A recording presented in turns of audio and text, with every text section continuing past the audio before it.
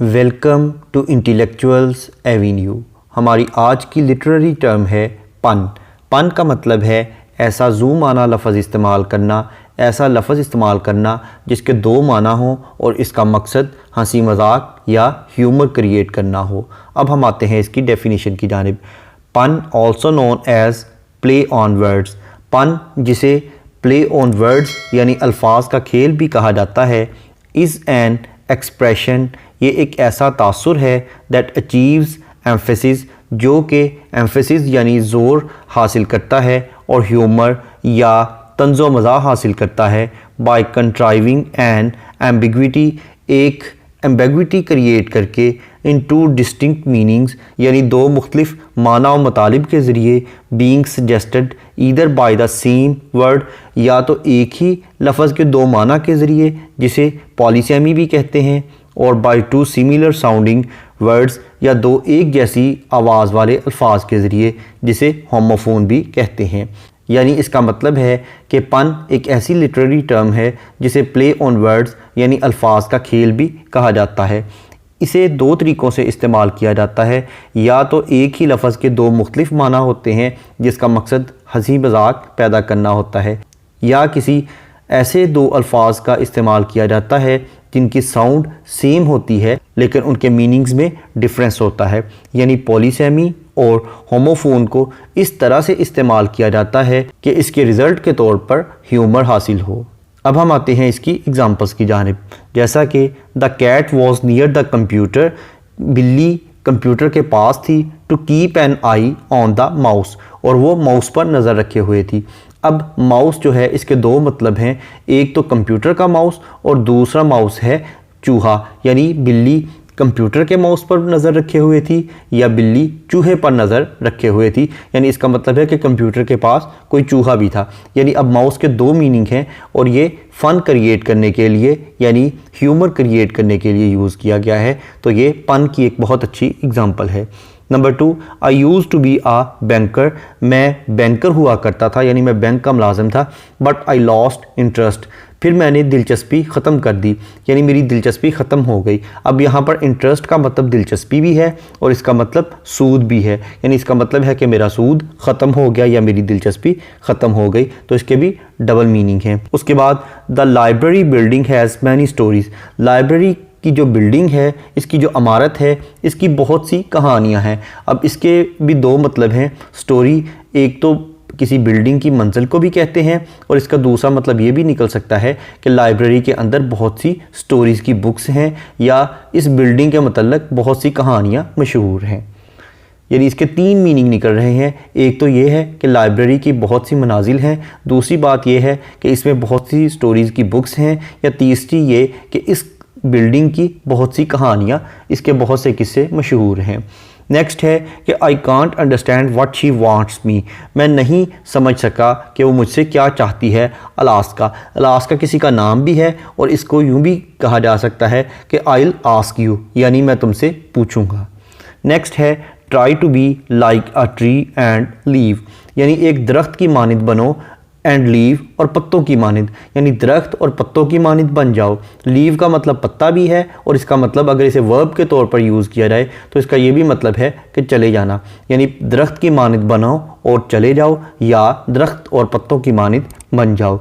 Next है कि he lies there for the betterment of his family, वो वहाँ पर मौजूद है अपनी फैमिली की बेहतरी के लिए। फैमिली की बेहतरी के लिए इंसान को उनके पास मौजूद होना चाहिए, लेकिन वो अपनी फैमिली से दूर है। उनकी बेहतरी के लिए इसका मतलब है कि वो अर्निंग पर्पस के लिए, कमाई के मकसद के लिए, उनके लिए अच्छी कमाई करने के लिए उनसे दूर है। नेक्स्ट है horse is a stable animal, यानी हॉर्स एक स्टेबल एनिमल है। स्टेबल का मतलब अस्तबल भी हो सकता है और मजबूत और मुस्तहकम भी हो सकता है, यानी घोड़ा अस्तबल पर रखा जाने वाला जानवर है, या इसका दूसरा मतलब ये भी हो सकता है कि घोड़ा एक नहायत मजबूत व मुस्तहकम जानवर है। नेक्स्ट है इफ़ यू स्टडी इन सन, अगर आप धूप में पढ़ेंगे यू विल बी रेड, तो आपका रंग सुर्ख हो जाएगा, यानी गर्मी की शिद्दत और हरारत और तपश की वजह से आपकी रंगत सुर्ख हो जाएगी। या इसका दूसरा मतलब ये भी है कि रेड जो है ये रीड की सेकंड फॉर्म भी रेड होती है, तो इसका ये भी मतलब है कि आप पढ़ लिख जाएंगे। अगर आप धूप में बैठकर पढ़ेंगे, यानी अगर आप मुश्किलात में तालीम हासिल करेंगे तो आप एक रेड शख्स बन जाएंगे, यानी आप एक वेल रेड, एक आला तालीम याफ्ता पढ़े लिखे शख्स बन जाएंगे। नेक्स्ट है the constructors raised the roof happily, यानी जो मामार थे, तामीर करने वाले जो मज़दूर थे, उन्होंने बिल्डिंग की छत को बड़ी खुशी से उठा लिया, यानी उन्होंने उसकी छत की कंस्ट्रक्शन कर दी या उन्होंने शोर मचाना शुरू कर दिया, छत को सर पे उठा लिया। नेक्स्ट है he called the sleeping bull a bulldozer, उसने सोए हुए बैल को एक बुलडोज़र कह दिया, यानी एक ऐसा बुल जो कि डोज़ कर रहा हो, जो कि ऊँग रहा हो। इसका मतलब बुलडोज़र भी हो सकता है और एक ऐसा बैल जो कि डोजिंग कर रहा हो, ऊँग रहा हो। नेक्स्ट है he told me that the dogs were chasing the people on bikes, यानी इसका मतलब है कि जो कुत्ते थे वो ऐसे लोगों की पीछा कर रहे थे जो कि बाइक्स पर मौजूद थे। अब यहाँ पर इसका ये भी मीनिंग हो सकता है कि कुत्ते जो थे, जो डॉग्स थे, वो लोगों का पीछा कर रहे थे या बाइक्स का पीछा कर रहे थे।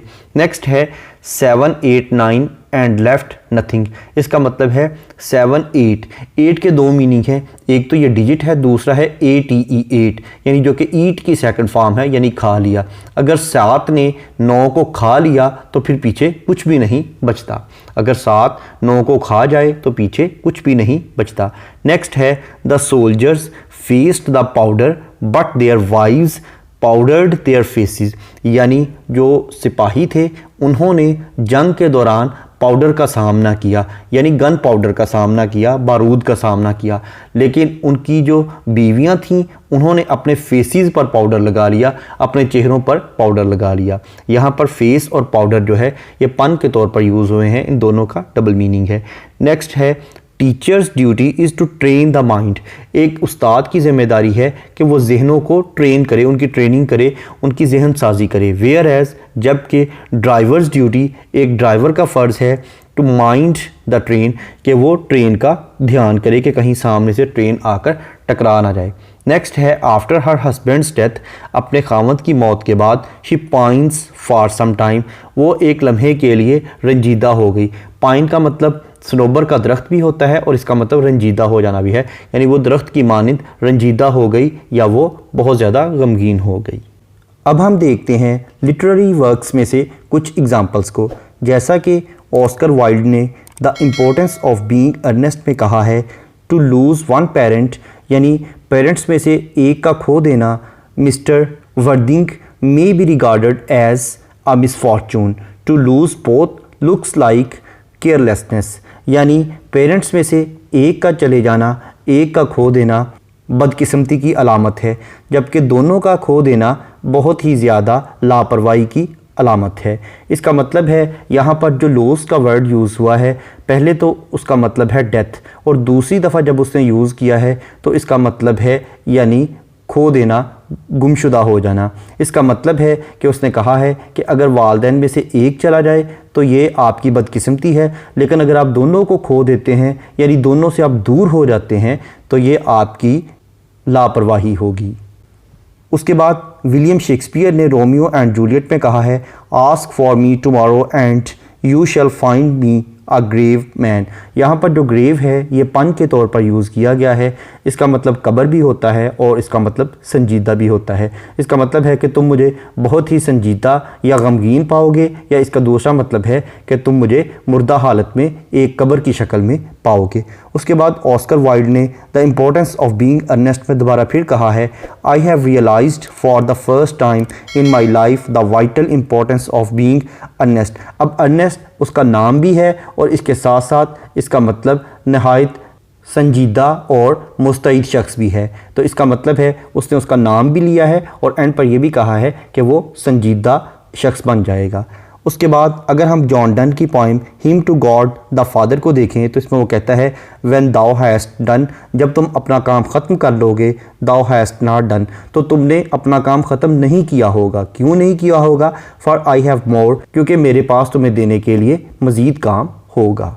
जॉन डन की इस पोइम को डिटेल में समझने के लिए इसी चैनल पर जॉन डन की प्लेलिस्ट को विज़िट करें। इसके साथ साथ इस पोइम का लिंक नीचे डिस्क्रिप्शन बॉक्स में भी मौजूद है।